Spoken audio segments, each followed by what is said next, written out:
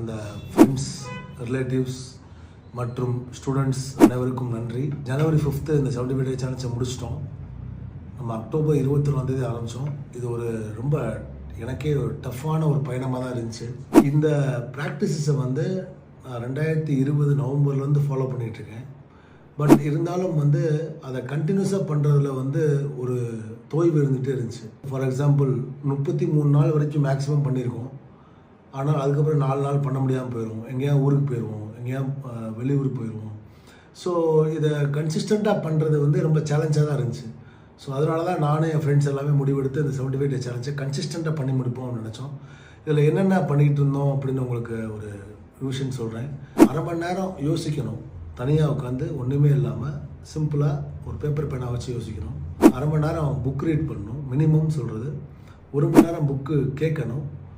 1 மணி நேரம் minimum work out பண்ணணும். அது மட்டும் இல்லாமல் 4 லிட்டர் தண்ணி குடிக்கணும். என்னோடய BMR படி 1750 கலோரி கீழே சாப்பிடணும். ப்ளஸ் இது மட்டும் இல்லாமல் பர்சனல் டெவலப்மெண்ட்டுக்கு ஏதோ ஒரு அரை மணி நேரம். ஃபார் எக்ஸாம்பிள் நான் AI டூலை பற்றி கற்றுக்கிட்டேன்.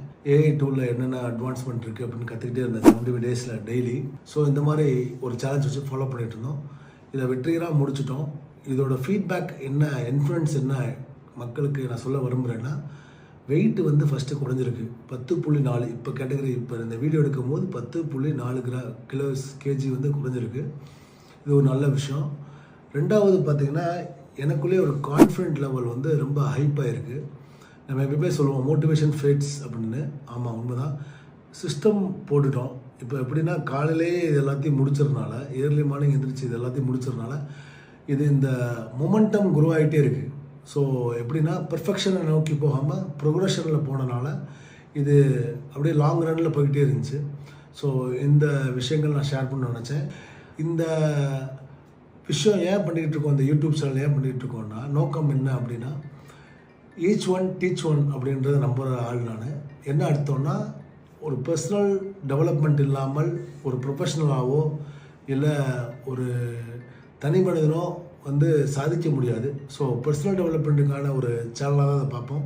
வாங்க மியூச்சுவலாக கற்றுக்குவோம். ஸோ இந்த விஷயத்தை வெற்றிகரமாக முடிக்கிறதுக்கு காரணமாக இருந்தால் என்னோடய ஃபேமிலி மெம்பர்ஸ், என்னோடய PAs அண்ட் எக்ஸிக்யூட்டிவ் அசிஸ்டன்ட்ஸ் எல்லாத்துக்குமே வந்து முதற்கண் நன்றிகள் தெரிவிச்சுக்கிறேன். இந்த சேனலை பற்றி, இந்த பர்சனல் டெவலப்மெண்ட்டுக்காக போகக்கூடிய சேனலை பற்றி என்ன நினைக்கிறீங்க, இதை எப்படி ஃபீல் பண்ணுறீங்க அப்படின்னு சொல்லி எனக்கு கமெண்ட்டில் சொன்னீங்கன்னா எனக்கு இம்ப்ரூவ் பண்ணுறதுக்கு ஒரு வழியாக இருக்கும்.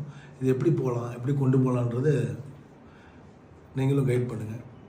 பாய். தேங்க்யூ.